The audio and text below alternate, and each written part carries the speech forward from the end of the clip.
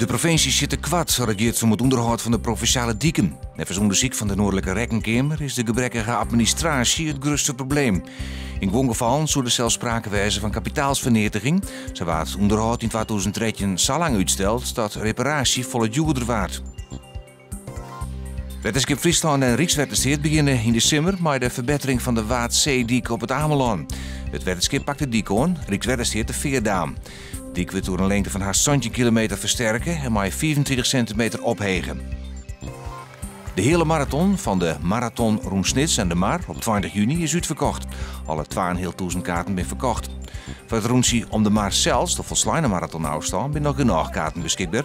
Daar zijn er nog zo'n 400 kaarten voor. Joen en vannacht bewolking, opklarings en een gratis fjouwer.